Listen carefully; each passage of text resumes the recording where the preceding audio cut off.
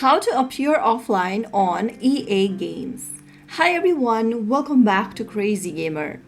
If you want to stay offline on your EA account, then the process is quite easy. First of all, open your EA app on your desktop or your laptops and then log into your account. Once you're logged in from the home page, go to the right hand side corner and you'll be able to see your profile icon. Click on that and in the pop-up, select either invisible or away. I'm just gonna select invisible, and once you do that, you will be able to appear offline on EA Games. The little green dot right underneath your profile will now turn gray, which means you are appearing as inactive. This will make you invisible to friends while still allowing you to play games normally.